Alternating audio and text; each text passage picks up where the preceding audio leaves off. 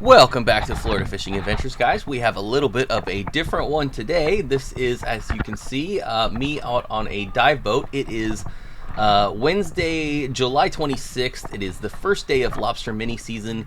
I'm aboard the Little Deeper from Stuart Scuba. We went on a Riviera Beach Marina. Alicia had found like this post on Facebook where this group of lawyers was kind of doing a promo and said, hey, who wants to go out on this dive boat with us? We're renting the boat and, come along. And, I think they were kind of drumming up business a little bit, but they were super cool guys. They all really like to dive, and they invited us to come out on a free dive. So who could pass up a free dive, I hadn't dove in, it's been probably about 4 years. So I did not record on the GoPro my first dive, which of course I caught 3 lobsters on the first dive. The bottom they put us on was not the greatest. Never really saw a whole lot of good ledges and stuff like that, but as you can see, we had some divers already down on the bottom. I will go ahead and skip ahead to where I'm already down on the bottom. I'm sure you don't want to listen to me clear for the next minute or so, because it does take me a little bit longer since I am new. This is only my 3rd open water dive, so I hope you guys enjoy some scuba diving time on the channel. Like I said, a little bit different, but we shoot some lionfish and catch some lobsters, so stay tuned. Alright, so made it down to the bottom here, and as you can see, unfortunately, pretty much put us on sand, as Alicia would say and yell at me. You put us on sand and there's no fish. So yeah, as you can see, this is 73 feet of water, 72 right there at the top. When it's just sandy bottom, and I apologize, I should have angled the GoPro up just a little bit. It was the first time I ever dove with the GoPro. So, but yeah, sandy bottom, there's just really not a whole lot of life. There's not a whole lot of anything. So you'll see a couple little coral heads here and around, and that's pretty much where I caught those 3 lobsters. My first dive was just a nice big coral head. And that was pretty much it. So we'll go ahead and skip ahead here to where we see some life, and yeah, the sandy bottom's just not doing it for us. So coming up on this rock here, I'm thinking there might be a couple of lobsters on the back side of it, and just a couple little porkfish. As you can see, no antennas sticking out, so we're going to continue along. So coming up on this little coral head here, and I am just trucking along, so I'm going to grab onto this thing. The current was moving like 2.5 miles an hour, so you see me grab on. This little fish darts out and kind of spooks me a little bit. I was like, oh, there's a fish there. But yeah, no lobster antennas sticking out, unfortunately, so we're moving right along. But yeah, 2.5 miles an hour. I am not kicking my fins at all. I am basically just drifting along, letting the current take me, and then if I see something, I go down after it and kind of take a closer look. But as you can see in the foreground there's not a whole lot to look at. So when you kind of land on sandy bottom, and there was one little ledge that I just saw right there, no lobsters in it, no lobsters on the left down below there, and this ledge right in front of you, nothing, just no lobsters. And we did find a couple areas that were just full of lobsters with eggs too. So tough dive, this second dive, but I'll fast forward here to where we spear a lionfish at least. So about 76 feet here, and I almost forgot about Mr. Barracuda. There he is. I was like, get out of here. I don't want any part of you. Go away. Of course, I didn't have anything in my bag for him to be interested in, so. Still on sand. Still looking for ledges. See nothing in the distance. Not great. So coming up on this school of porgy here to the right, these are fish I probably should have shot. They let me get nice and close. We like eating porgy. I really thought about it because, he was right there. He was interested. I've only got a 3.5 foot spear with me because I just basically brought it down for lionfish, but yeah, he definitely would have let me spear him. So as you can see, coming up on a little bit of cheesier type bottom, definitely lobsterish country, and still absolutely no antennas sticking out, no signs of lobster at all. So we're still just trucking along. At this point, I think we're in about 82 feet of water, so we're kind of going a little bit deeper as we go, but no lobsters on this dive, unfortunately. But at least we'll get this lionfish here in a minute. I'm pulling the spear off right now because I see him already. So there he is. And the first one was a complete whiff. This is kind of embarrassing, I'm not gonna lie. This is the first time I've ever tried to spear a lionfish, and another whiff, And another whiff. And another whiff. Okay, sorry, but that's just bad. Okay, finally we got him. I know, that was a little bit embarrassing. And if there was anything better to put on this dive, I probably wouldn't even show you guys this footage. But, yeah, definitely need to get a little bit better with the pole spear. Because that was pretty bad. But yeah, as you can see, the bottom's starting to get a little bit better. But unfortunately, you know, I'm about at the end of my dive here. So I pull out my shears. I have a mesh bag. So what I'm going to do is I'm going to clip the spines off of this lionfish. The last time that I actually dove open water, I was trying to catch a lobster, and one of these lionfish was just kind of sitting there. They look all docile and, you know, innocent and, you know, no problem. And one of them came flying out and just tagged me in the arm. And next thing I knew, I had two little green streams of blood coming out of my arm, which is, yes, green underwater, which kind of freaked me out. So yeah, he got his spines clipped off of him. I keep those shears in my BCD pocket just for that express purpose going forward, because from now on I will kill every single lionfish that I see, and I actually ate him for lunch today and he was delicious. But pretty much coming to the end of the dive here. I'm in 80 feet of water, still got 1200 psi of air left, so I've got probably another 4 or 5 minutes of bottom time.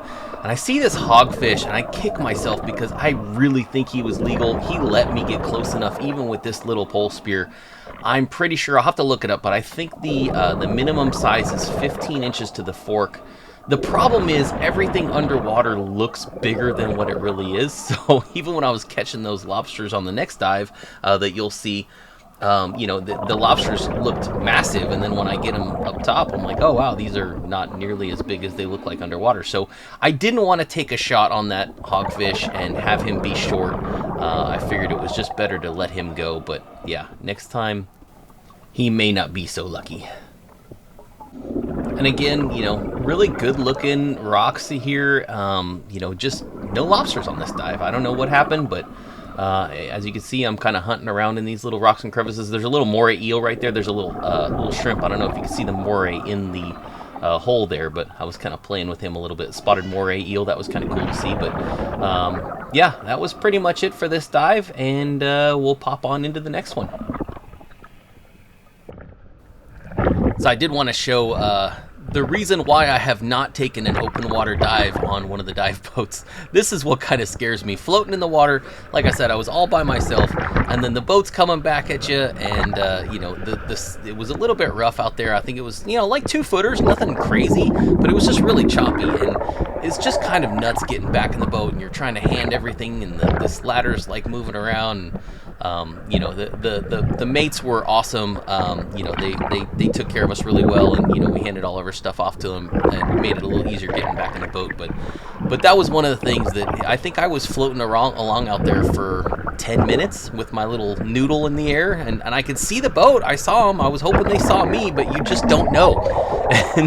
And so, you know, that's the only thing that's kind of worried me about, like I said, going out on a dive boat.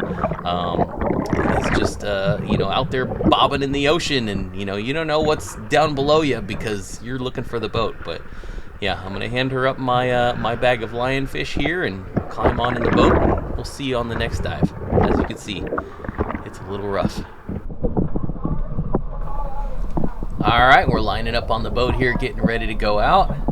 And pretty much everybody's just taking their giant stride off the back. It's kind of funny, and she notices it right away. This guy's tank, this poor guy, his tank is like literally hanging off. It should have been probably 8 to 12 inches higher on his back. It's basically hanging off of him. But yeah, she's gonna help him out with the rest of his gear and send him on his way, and then off I go. Checking my regulator here, making sure everything's good. Don't want to waste my air.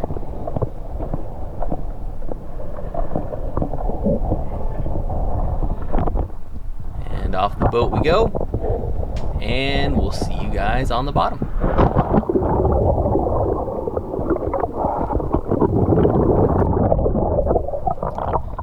So I kind of paused there for a minute at the top, and I looked back at the boat and was already too far away. I realized I forgot my lionfish spear.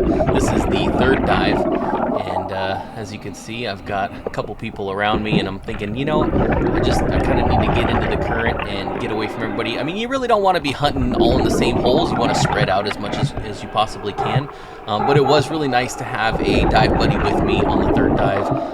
Those first and second dives, I went off last, and I don't know if it was just because I was slow, probably, but I had nobody around. So I mean, it was just kind of a little bit sketch where you know, there was nobody around, no dive buddy, and I didn't really particularly like that. But as you can see, 93 feet of water on this third dive. I thought your dives were supposed to go shallower, but yeah, I guess not.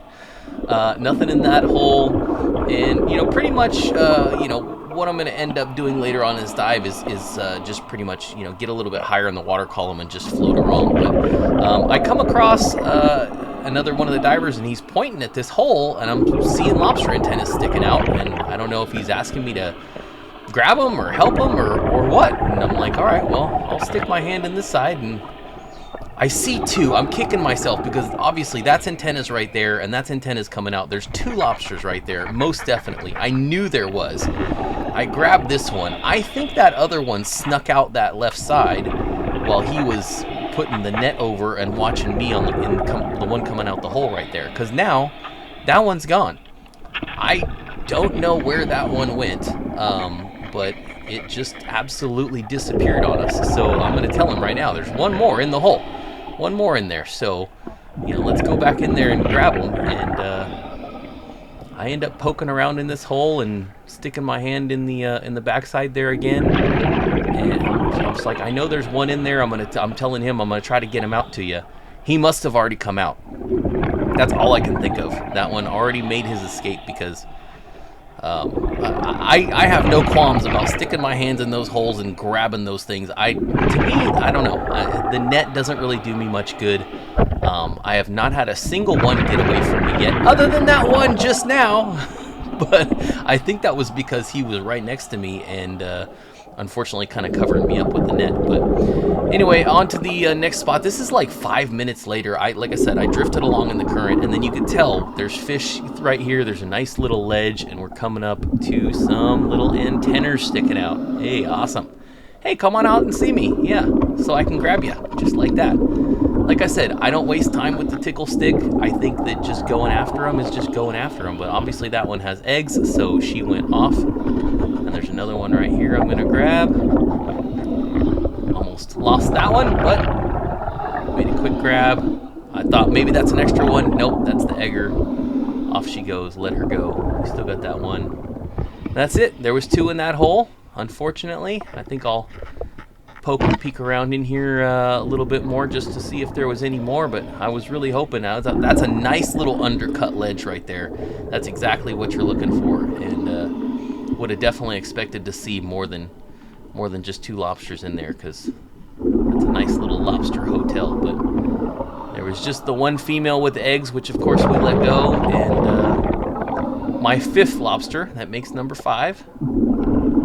And that's going to be pretty much about it for this dive. Like I said, I'm really surprised that there's not more lobsters in that hole, so I keep kind of poking around. But yep, third and final dive. This one was a little bit deeper. Like I said, I got my dive buddy there. It was nice having somebody next to me, and I probably float along here in the current for another 5 or 6 minutes before I look at my air. I think I ended up with about 560 at the end of this dive, and was like, you know what, I'm just going to call it. There's just not a whole lot left going on. Time to go back to the boat, and we will see you guys at the catch and cook portion of this video.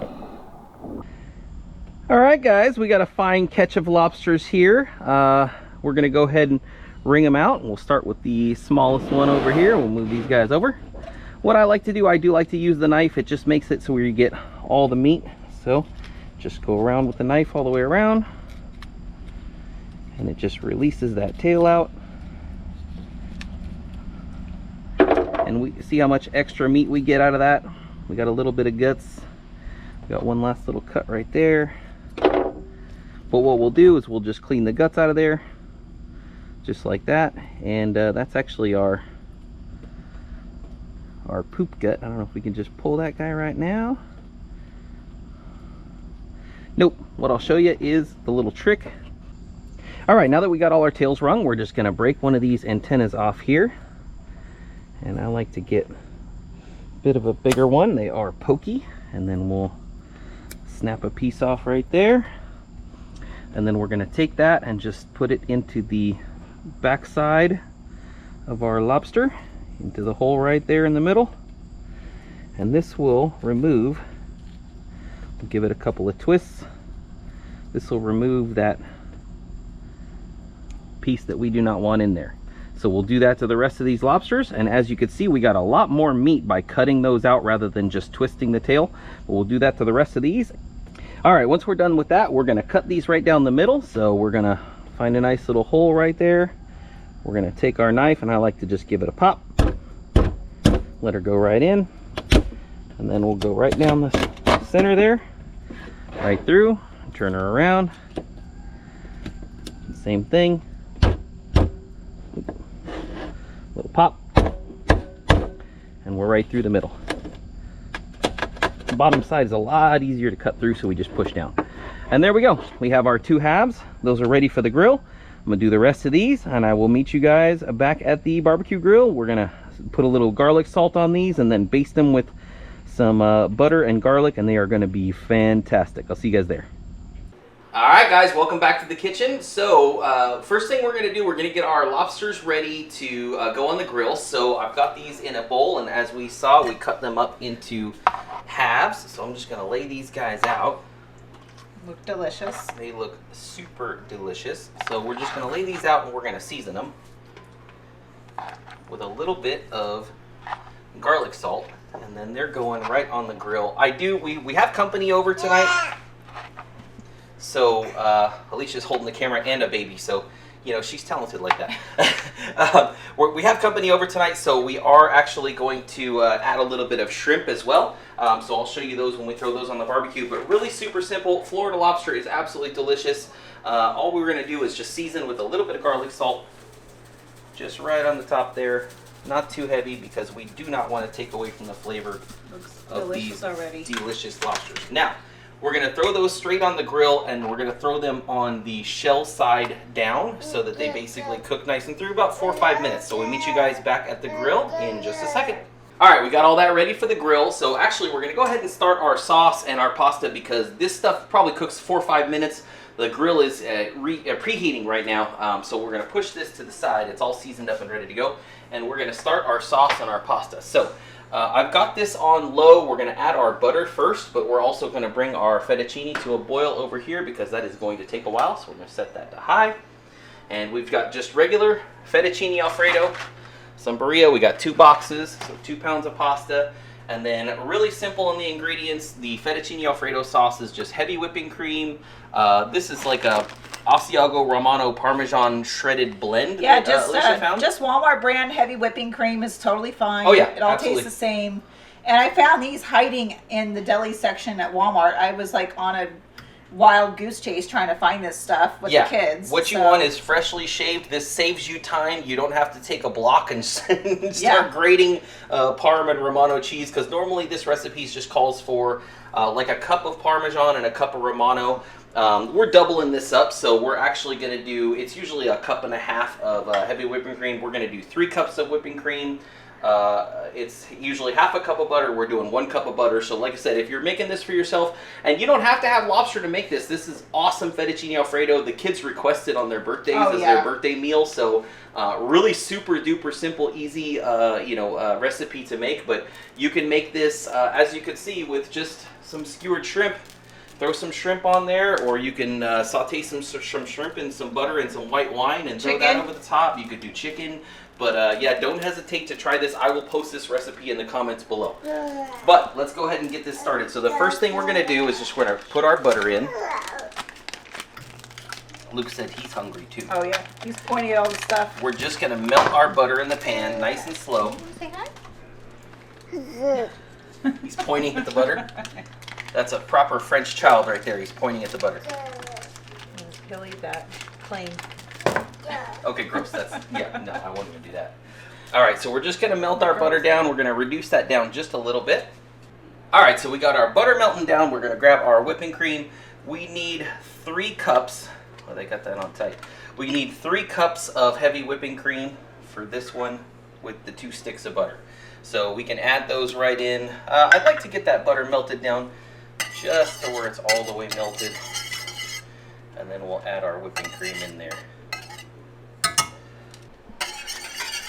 All right, that looks much better. So now that our butter's all melted, we're going to add in our heavy whipping cream.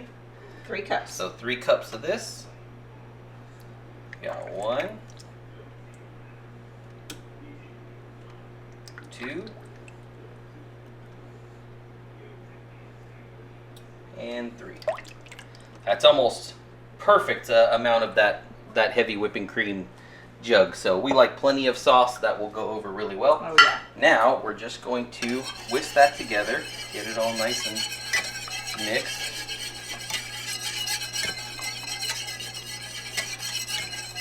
And we're going to let this warm up for 2-3 minutes. This is a really simple recipe. Like I said, guys, you're really just warming this sauce up. So we'll let this warm up for just a couple of minutes. Then we're going to add a little bit of seasonings. And then after that, we'll add our cheese.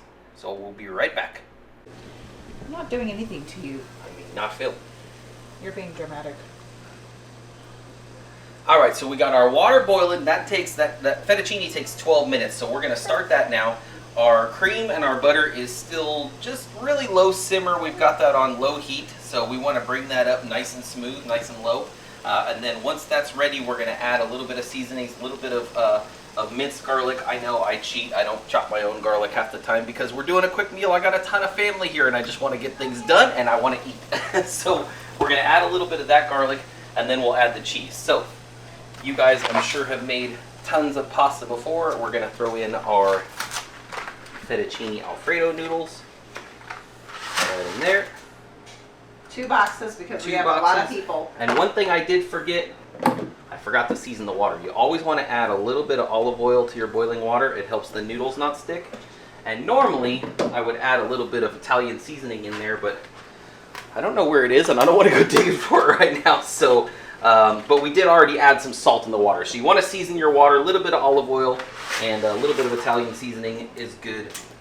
But we've got some salt in there already, so that's perfect. We'll throw in just a little bit more, just to be sure.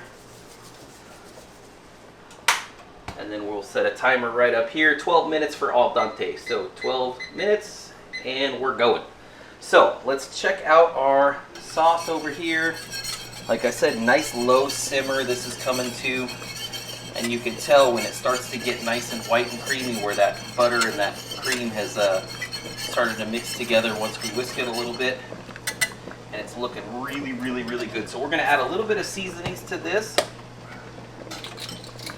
We're going to go half a teaspoon of salt. Do a little bit extra, that's okay. Actually, this recipe calls for half a teaspoon, so that would normally double and go to a full teaspoon, so I don't mind that I overspilled a little bit. We're going to do the same thing with this pepper, actually. Just a little bit more. There's that noodle down there. OCD's bothering me. Okay, I'll get it. But a little bit more than half a teaspoon of pepper. There we go. Straggler we'll there. Get the straggler noodle for Alicia so she's not upset. And then we got a little bit of minced garlic here. And we'll just add a tablespoon. So a tablespoon of minced garlic there. Looks good. Yes, it does. We'll add that right on in. And we'll let that continue to simmer. While we're doing that, actually, I've got some, this is for a brush for our lobster. This is just a little bit of butter that I've had softening on the counter for about an hour, about a stick of butter, and we're gonna add garlic to that as well. I like to take a brush, as you'll see, do a tablespoon of butter, and I'm gonna heat that up and melt the butter and the garlic together, and we will brush that on our lobster once it's done. So we will throw that in the microwave and just heat that up a little bit. Let's go with 1 minute. Always set your cook power low when you're heating up butter. And we'll stir in these seasonings and continue to let that simmer.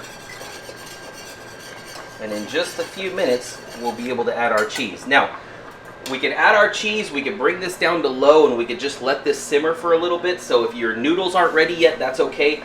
This would stay on the stove, just simmering.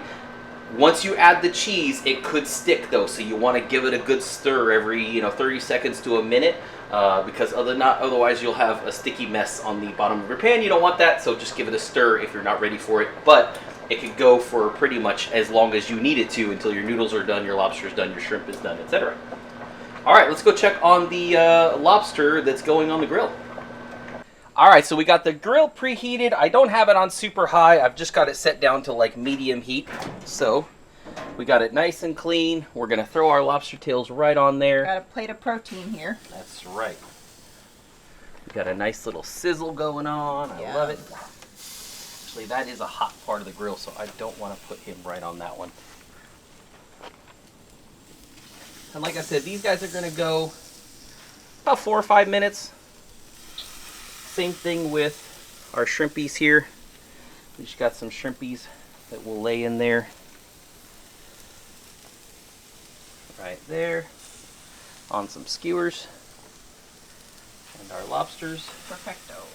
And there we go. We'll give that 4 or 5 minutes, and we'll go ahead and flip these lobsters over, maybe for a minute on the grill, just so they kind of get some nice grill and color marks at the same time when we flip those shrimp over in just a minute or two. But yeah, after that we brush them with butter and we'll be ready to eat. So we'll meet you guys back in the kitchen. All right, so we've got a nice little simmer going on with this. That means it is hot and ready for our cheese. So as soon as we put our cheese in there, it's just gonna melt on down and be delicious. So cut that open. Now, how do you know how many packs you want? If people are curious how many to buy. Well, listen, I don't. So, I love cheese. My whole family loves cheese. Well, he told me to grab 2. The better. And we just grabbed the 3rd one just to be safe. I believe the recipe is, that actually should be enough. But it looks like it. Yeah. And the more cheese you add, the thicker it'll be. So how we'll determine that is once we get this cheese all nice and melted in, which it's already doing, which is fantastic. We are actually going to turn this down to low, because this is already melting in all perfect like.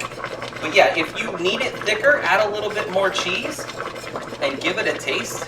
But the recipe calls for, I believe, 1 cup, and you guys will see it in the comments below, but I believe it's 1 cup of Parmesan Reggiano, or I'm sorry, Parmesan Romano for the smaller version of the recipe. So that's with the 1.5 cups of whipped cream, etc. So we're just gonna keep mixing that on in. It's still melting all down. And just every once in a while, we're gonna give this a nice little stir. It's like I said, we don't want to let that cheese burn on the bottom, so that's why we reduced it down to low, and we're just gonna let this just absolutely fall in love. So that ooey gooey cheese in there. Yeah.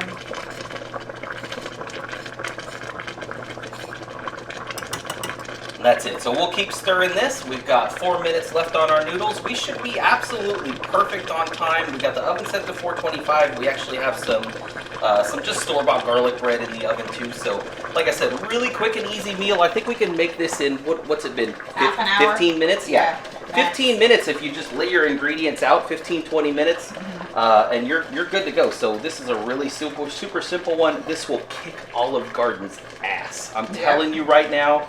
If you like Olive Garden or Carrabba's or any of those where you go get Fettuccine Alfredo, this will beat it hands down, I guarantee you, and it costs, I don't know, $15 to make enough for, and we've got like 9 people. Or even just have a plain, so. Yeah, oops, spilled a little. We've got like 9 people here, and this is enough to feed them all. So, let me clean that up real quick. There we go. Yes, I'm messy.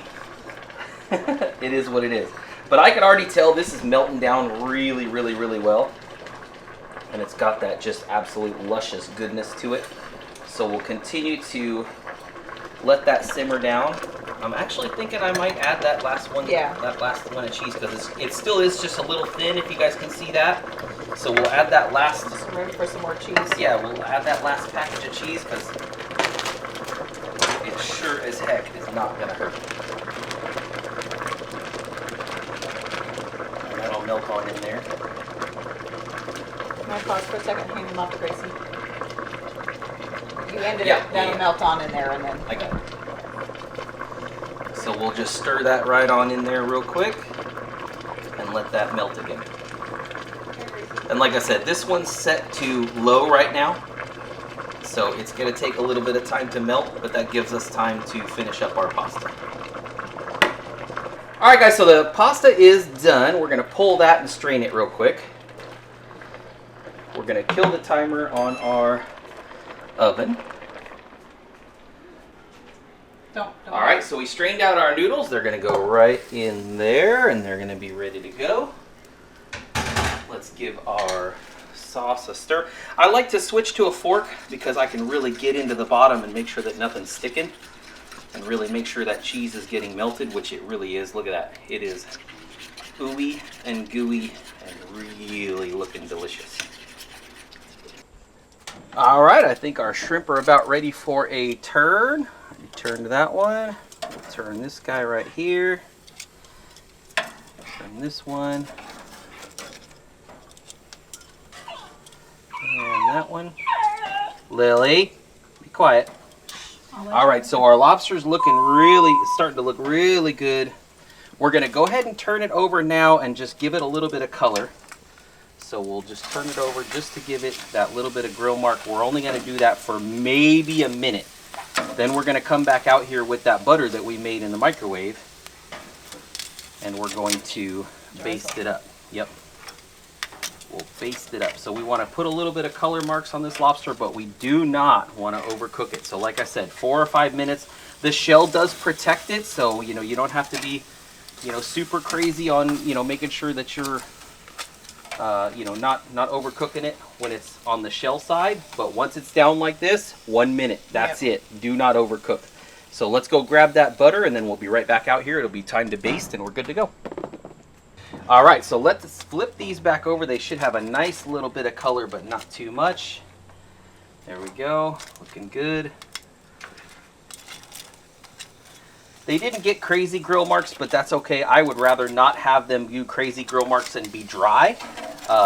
So we're gonna flip them over and go ahead and baste them with our butter. And we're gonna do the same thing on our shrimp as well. So we'll put these all kind of nice and together like that. I'll bring that one shrimp back over here. And so we've got our butter mixture that we made in the microwave with just that tablespoon of garlic and butter. And we're just gonna really get this.